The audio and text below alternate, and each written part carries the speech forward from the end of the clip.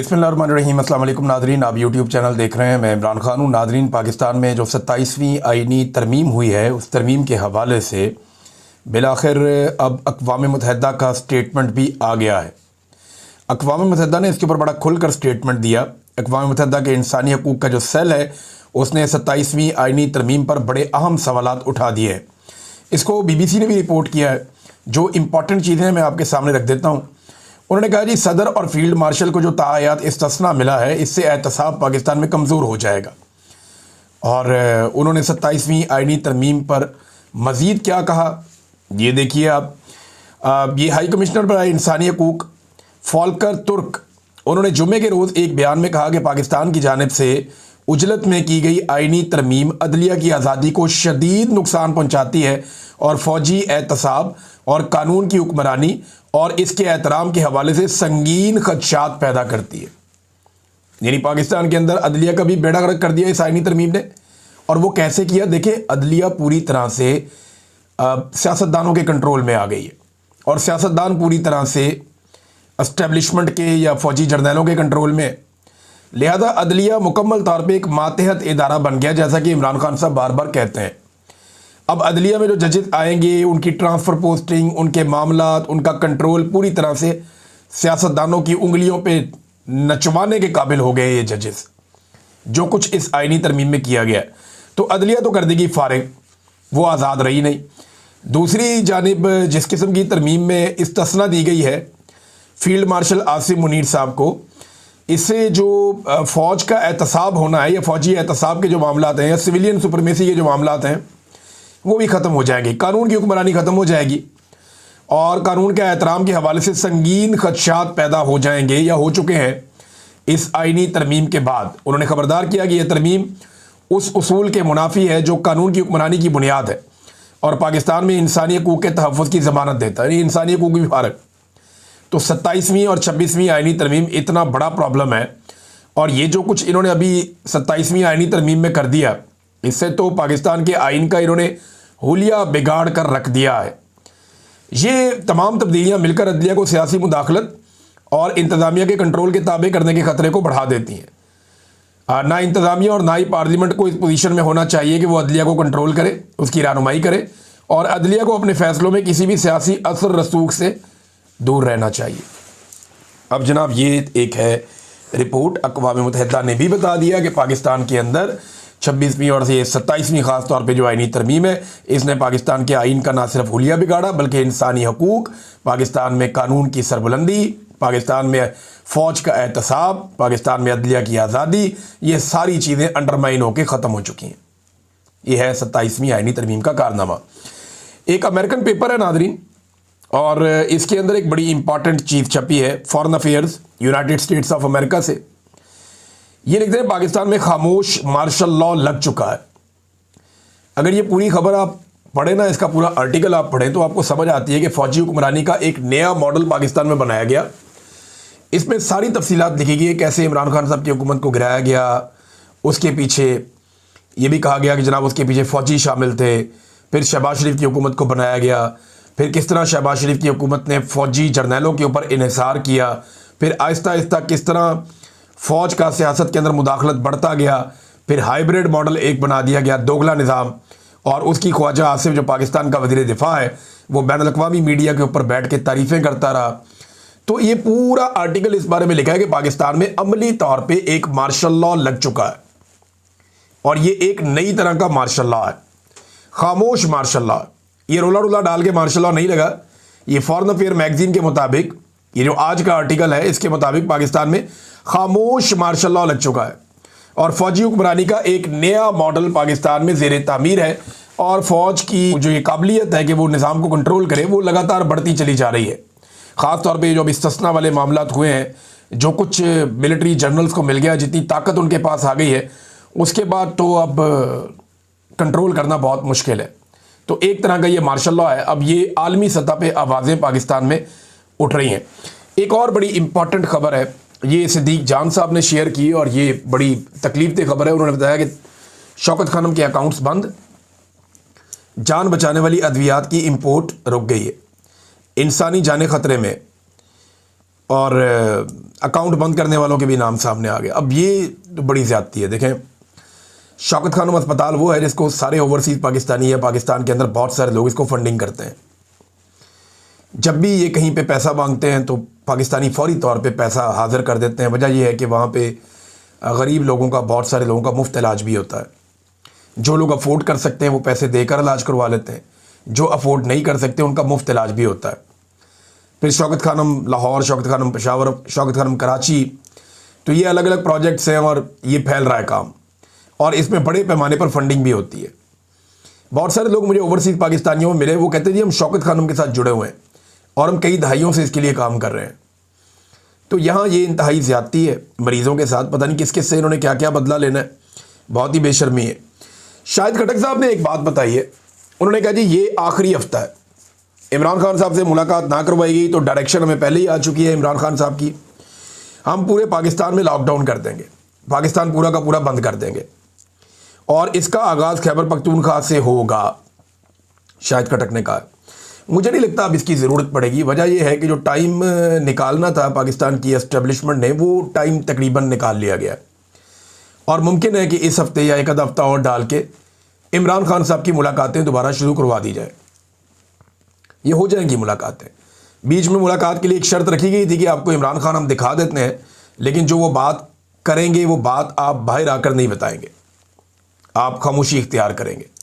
इस पर किसी ने हामी नहीं भरी। ये मुबैना तौर पे जो ख़बर है, ये जाहिद गशकोरी साहब ने ये ख़बर दी थी, उनका ये दावा है कि इस किस्म का एक ऑफ़र किया गया था, लेकिन किसी ने इसके ऊपर हामी नहीं भरी, उन्हीं के बकौल।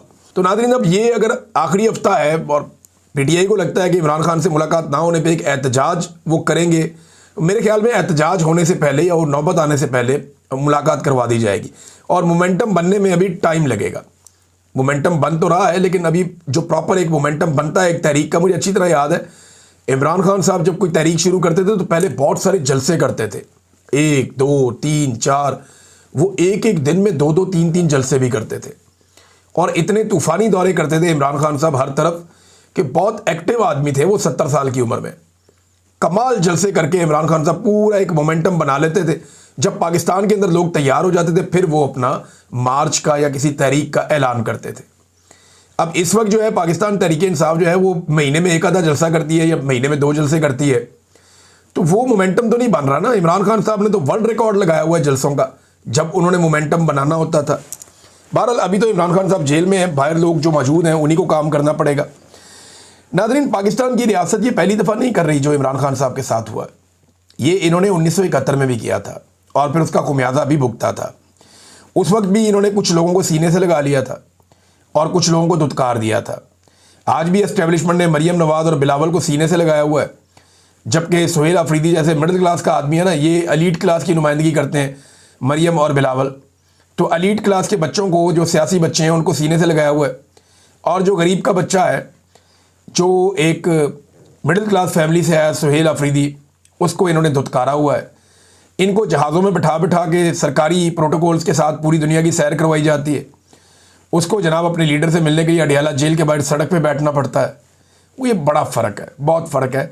और ये पाकिस्तान की एस्टेब्लिशमेंट का डाला हुआ गंद 1971 में पूरे मुल्क के सामने आया था। खुदा ना खास्ता अब अगर दोबारा ऐसा कुछ हुआ तो इसके लिए ज़िम्मेदार यही एस्टेब्लिशमेंट होगी। जिन्होंने पहले ये गंद मारा वही लोग अब दोबारा वही हरकतें कर रहे हैं। अब कई हफ्तों तक मरियम नवाज जो है पाकिस्तान से बाहर ट्रैवल करती रहती है, यानी जाती है बाहर, ट्रैवल करती है, घूमते फिरते हैं, वापस आ जाते हैं, कोई नहीं पूछता क्या काम किया। सुहेल अफरीदी इमरान खान से मिलने के लिए अडियाला जेल तक आ जाए अदालती ऑर्डर लेकर, तो उसके ऊपर तनकीद के निश्तर चलाते हैं कि जनाब सूबा कैसे चलेगा। भाई जिस वक्त मरियम नवाज जाती है बैरूनी दौरों पे या छोटी सी सर्जरी पे या कहीं लंदन पहुंच जाती हैं, ब्राज़ील पहुंच जाती हैं, जापान के दौरे पे निकल गए, जब ये खातून जाती है एयरफोर्स वन को इस्तेमाल करते हुए, उस वक्त तो कोई नहीं पूछता कि सूबा कैसे चलेगा। और जब सुहेल अफरीदी सिर्फ इस्लामाबाद तक आ जाता है अपने सूबे से निकलकर, तो उससे कहा जाता है जनाब सूबा कैसे चलेगा। ये एक दोहरा मेयार है। पाकिस्तान की मिलिट्री एस्टेब्लिशमेंट इसके पीछे जर्नैल बाकायदा सहाफ़ियों को ये सवाल देते हैं कि जाके इस किस्म के सवालात पूछो जिससे नफ़रत की फ़िज़ा पैदा हो। यानी एक सवाल ऐसा भी करवाया गया सुहेल अफरीदी से, वो बड़ा जुल्म हुआ। मुझे बड़ी तकलीफ़ हुई वो सवाल सुन के कि जनाब आप अपने सूबे को एक अलग मुल्क बना देंगे, अलग कर लेंगे। वो जब मुझे बात की उन लोगों ने, उन्होंने कहा जी हमें बड़ी तकलीफ़ हुई इस बात से, खैबर पख्तूनख्वा से। उन्होंने कहा ये इस्टेब्लिशमेंट हमारे साथ करना क्या चाहती है, हम पाकिस्तानी हैं, हम हैं पाकिस्तान, पाकिस्तान हमसे है, हम क्यों पाकिस्तान को दो टुकड़े करेंगे। ये अगर किसी की ख्वाहिश है तो वो खुद अपनी ख्वाहिश बयान करे, हमारे सामने इस तरह की बातें ना फेंकी जाएं। तो इस बात की उन्हें बहुत तकलीफ भी हुई थी। तो नाज़रीन, ये मज़ालिम बड़े पुराने चल रहे हैं और अभी तक चल रहे हैं। नवाज शरीफ का एक दावा सामने आया। नवाज शरीफ कहता है कि जी पाकिस्तान टेक ऑफ कर गया, लेकिन नवाज शरीफ इस वक्त इक़्तिदार में तो है, मौजें तो लगी हुई हैं, अपनी बेटी को और अपने भाई को, दोनों को इक़्तिदार दिलवाया हुआ है और ख़ुद भी मौजें कर रहे हैं। लेकिन lieutenant general Sarfaraz Ahmed SIFC वाले, वो तो कह रहे हैं नवाज शरीफ साहब झूठ बोलते हैं। उनका जो स्टेटमेंट है वो ये है कि हमने अपनी मालियाती हालत का सत्यानाश कर दिया है। जो गवर्नर स्टेट बैंक है वो कहता है कि जी माशी मॉडल बिल्कुल नाकाम हो चुका है। जो मुशीर बराए ये सरमायाकारी है वो क्या होता है उसका, इसके अंदर जो मुशीर है वो ये कहता है जनाब को पैसा वैसे ही कोई नहीं आ रहा बाहर से और हमारा गवर्नेंस का मॉडल ही नाकाम है। IMF ने इसके ऊपर एक अलग 225 सफ़ों की रिपोर्ट दे दी। इन्होंने पूरी रिपोर्ट मुबैना तौर पे छापी भी नहीं। उसका जो हिस्सा छापा उसके अंदर IMF ने इनके सारे पोल खोल कर रख दिए। फिर बेरोज़गारी जो है पाकिस्तान की तारीख में कभी ऐसे नहीं हुआ जो अब इन्होंने बेरोज़गारी पाकिस्तान में बढ़ा दी है। महंगाई इन्होंने कहाँ से कहाँ पहुँचा दी, आप मुवाजना करके देख लें इमरान खान साहब के दौर से। कर्जे पाकिस्तान बनने से लेकर अब तक इतने कर्जे नहीं लिए जितने इन्होंने इस दौर के अंदर कर्जे ले लिए। तबाही फेर दी इन्होंने कर्जे ले लेकर। सरमायाकारी पाकिस्तान की 51 साल की कम तरीन सरमायाकारी हो रही है पाकिस्तान में और SIFC बना के मनपसंद अफराद को ठेके दिए जा रहे हैं। ये है जनाब टोटल कहानी। तो नवाज शरीफ का टेक ऑफ अगर ऐसे होता है ना तो नवाज शरीफ से हाथ जोड़ के सारों को कहना चाहिए बड़ी मेहरबानी जनाब टेक ऑफ ना करो, बल्कि तुम सारे बोरिया बिस्तरा बनो, टेक ऑफ करो तो जाओ पाकिस्तान से, जान छोड़ दे पाकिस्तानियों की, पाकिस्तानी खुद अपना मुल्क चला लेंगे। मिलिट्री एस्टेब्लिशमेंट को भी ये खेलने के लिए खिलौने मिले हुए हैं और इनके ज़रिए से वो अपना उल्लू सीधा करते रहते हैं। ये सिस्टम नाज़रीन रोज़ एक बात की गवाही देता है, रोज़ाना ये सिस्टम गवाही देता है कि इमरान खान से ये सिस्टम डरा हुआ है। ये हुकूमत, ये एस्टेब्लिशमेंट, ये इतने कमज़ोर हैं और अंदर से इतने खोखले हैं कि ये एक कैदी की मुलाकात और जेल से उसका कोई बयान बाहर ना आ जाए, इस बात से ये लोग खौफजदा हैं। बेशर्मी के साथ वज़रा आते हैं और अगर कहते हैं जी इमरान खान बड़ी शानदार ज़िंदगी, शाहाना ज़िंदगी गुजारा है जेल में। जनाब उसकी आज तक शक्ल नहीं देखी पाकिस्तानियों ने। गुज़िश्ता 850 दिन हो गए हैं, पाकिस्तानियों ने इमरान खान की शक्ल नहीं देखी, पाकिस्तानियों ने इमरान खान की आवाज़ नहीं सुनी। पाकिस्तान की तारीख में ऐसा कौन सा दूसरा कैदी है, और कुलभूषण यादव की भी बेशर्म की वीडियो बाहर आ गई थी, अभिनंदन की वीडियो भी बाहर आ गई थी, एहसानुल्लाह एहसान तुम्हारे कंट्रोल में था, उसका भी तुमने इंटरव्यू छाप दिया था। और भाई हर एक की वीडियो आ जाती है, ऑडियो आ जाती है, हर एक की शक्ल आप दिखा देते हैं। इमरान खान से इतना खौफ है कि ना उसका चेहरा दिखाते हैं ना उसकी आवाज़ सुनाते हैं। फिर ये कहते हैं इमरान खान शाहाना ज़िंदगी गुजार रहा है। और भाई मौजें तो नवाज शरीफ की थी, जब दिल किया स्टेटमेंट दे दिया। 150 बंदा मिलने के लिए जाता था नवाज शरीफ को जुमेरात वाले दिन, और 150 बंदे की मुलाकातें होती थी। मैंने एवरेज मुलाकातें नवाज शरीफ की निकाल के एक वीलॉग किया था, सारी मुलाकातों की तफसीलात मैंने लेने के बाद उसकी एवरेज निकाली थी, तो 22 मुलाकातें डेली निकल रही थी। 22 मुलाकातें डेली नवाज शरीफ साहब करते थे। सुबह का नाश्ता करते हुए दोपहर का खाना लिख कर देकर भेजते थे ये लोग, दोपहर का खाना खाते हुए रात का खाना लिख कर देकर भेजते थे ये लोग, और रात का खाना खाते हुए सुबह का नाश्ता लिख कर ये भेजते थे। फिजियोथेरेपिस्ट इनके पास दबाने के लिए, उठने के लिए, मालिशों के लिए वहाँ पे जेल में मौजूद रहते थे। अपने ज़ाती मुआलिज इनके साथ सारा सारा दिन बैठकर गप्पे लगाते थे। जरदारी साहब हुजूम के अंदर बैठकर खाना खाते थे। ज़िया शाहिद साहब ने कैसे कैसे पोल खोल दिए थे जब वो मिलने के लिए गए थे जरदारी साहब को जेल में। ये कहानियाँ इन्होंने कौम के लिए रखी हुई हैं। नाज़रीन पाकिस्तानियों को ना अब इन्होंने एक पिंजरे में बंद कर दिया है, पाकिस्तान को ना एक पिंजरे की तरह इन्होंने बना दिया है। ऐसा लगता है पिंजरे के अंदर रोटी कम है और पाकिस्तानी जो हैं वो भूखे हैं, परेशान हैं, गुर्बत की लकीर से नीचे जा रहे हैं। लगातार आधे पाकिस्तानी लगभग गुर्बत की लकीर से नीचे चले गए क्योंकि पिंजरे के अंदर खाना कम है। और पिंजरे को काबू करके जो लोग बैठे हुए ना, ये एस्टेब्लिशमेंट और हुकूमत, वो पिंजरे से बाहर किसी को जाने नहीं दे रहे। अब ये इतला आई है कि 23,000 पाकिस्तानियों को ऑफलोड किया गया है। ये जनाब शहजाद पराचा साहब की खबर है। वो ये कहते हैं कि 23,000 पाकिस्तानियों को मुख्तलिफ वजूहात की बुनियाद पर पहले 6 माह में ऑफलोड किया गया है। मुल्क में बेरोजगारी बढ़ रही है, लोग कर्जे लेकर बाहर जाकर अपने हालात बेहतर करना चाहते हैं, मगर हुकूमत इन्हें लीगल दस्तावेजात के बावजूद इन्हें बाहर जाने नहीं दे रही। यानी वो कह रहे हैं ये बाहर जा नहीं सकते, इनको हमने नहीं जाने देना। यानी एक पिंजरे में पाकिस्तान को तब्दील कर दिया है, जिसके अंदर लोगों को बंद कर दिया है, अंदर खाना मिलता नहीं है, बाहर से खाना लाने नहीं देते। ये हालात इन्होंने पाकिस्तान, और लोगों के पास डॉक्यूमेंट होते हैं, वीज़ा है ना किसी के पास। यानी आप कैसे फैसला कर सकते हैं ये जाके सऊदी अरब में या दुबई में ड्राइविंग कैसे करेगा? भी उसने वहाँ जाके लाइसेंस लेना है, वहाँ जाके वो ड्राइविंग टेस्ट देगा, पास हो गया तो लाइसेंस मिल जाएगा, और भाई नहीं पास होगा तो मजदूरी कर लेगा, वो कुछ तो करेगा ना। यहाँ पाकिस्तान में तो उसको कुछ भी नहीं मिल रहा, मजदूरी भी नहीं मिल रही, और जो वो कमाएगा पाकिस्तान ही भेजेगा। रेमिटेंसेस के ऊपर तो आपका सारा इन्हिसार है। तो ये पाकिस्तानियों के साथ लगातार जुल्म कर रहे हैं, क्योंकि इन्हें ये पता चल गया कि पाकिस्तान में लोग रहेंगे तो हम उनके ऊपर हुक्मरानी करेंगे ना। जितनी मिडिल क्लास है, लोअर मिडिल क्लास है या गरीब लोग हैं, वो पाकिस्तान छोड़ छोड़ के जा रहे हैं। पाकिस्तान में स्किल्ड लेबर खत्म हो रही है। असल में इनको इंटरनली एक रिपोर्ट मिली है कि पाकिस्तान के अंदर से जितना हो सके लोगों को रोका जाए। आर्मी चीफ ने बिला वजह ब्रेन गेन का लफ्ज इस्तेमाल कर दिया था, ये ब्रेन ड्रेन ही हो रहा है। पाकिस्तान के जो टेक्निकल लोग हैं वो पाकिस्तान छोड़ छोड़ कर बाहर जा रहे हैं, और लेबर क्लास बहुत बड़ी तादाद में बाहर जा रही है, जिसकी वजह से स्किल्ड लेबर का पाकिस्तान में फुकदान होता चला जा रहा है। नाज़रीन, एक और जो सोहराब बरकत साहब के हवाले से आज़ाद कश्मीर से भी आवाज़ उठना शुरू हो गई है। और मैं जब आज़ाद कश्मीर के अंदर एक तहरीक चल रही थी तो सोहराब बरकत साहब से रब्ते में रहा, कुछ और जर्नलिस्ट हैं उनसे भी, तो इन्होंने वाकई हक अदा किया था। जब कश्मीर में तहरीक चल रही थी, बड़ी जिम्मेदारी के साथ एक अच्छा कश्मीरी और एक अच्छा पाकिस्तानी होने का इन्होंने हक अदा किया था सोहराब बरकत साहब ने। और उसने, वो बड़ा फिक्रमंद भी था जब लोगों के ऊपर गोली चल रही थी, जब इस तरह के हालात थे, वो बहुत फिक्रमंद भी था अपने लोगों के लिए। तो आज कश्मीर के अंदर आवाज़ उठना शुरू हुई, बड़ी अच्छी बात है, क्योंकि वो कश्मीर का बेटा है, वो कश्मीर के लिए आवाज़ उठा रहा था उस वक्त, और उसने कश्मीरी होने का हक अदा किया। तो अब कश्मीर के जो हमारे बहन भाई हैं, उनकी भी जिम्मेदारी है कि वो सोहराब बरकत के लिए आवाज़ उठाएं और वो हक अदा करें कि एक अच्छा कश्मीरी और एक अच्छा पाकिस्तानी, एक ज़िम्मेदार इंसान जो है उसे गिरफ़्तार किया गया है। और एक झूठे बोगस मुकदमे में, ऐसे मुकदमे में, यानी सनम जावेद का इंटरव्यू कर लिया भाई ये कौन सा मुकदमा है? अभी 24 नवंबर को अदालत के अंदर बाकायदा ये डिप्टी अटॉर्नी जनरल आया, FIA का DG है, उसके डॉक्यूमेंट के ऊपर हर जगह पे लिख कर दिया गया कि जनाब ये किसी केस में मतलूब नहीं है। अब पता चलता है जनाब उसको तो एक केस में इश्तिहारी किया हुआ है। भाई इश्तिहारी आप उसको कहते हैं जो छुपा हुआ आदमी हो, जंगलों में जाके छुप जाए, पहाड़ों पे चला जाए, गायब हो जाए। यानी आपने इश्तिहारी करना है तो एक दौर में मैं भी ऐसे ही गायब रहा हूँ पहाड़ों पे, आप उस वक्त मुझे कर सकते थे।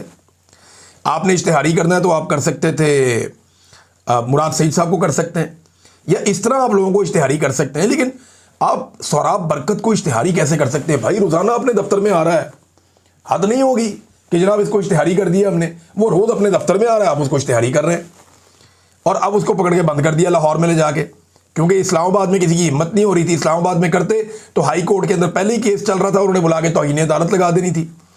तो अब मेरी साद रसूल साहब से बात हुई है, दीगर वकला से भी बात हुई है।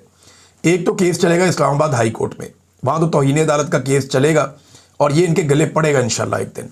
और दूसरा केस जो है वो लाहौर के अंदर चलेगा।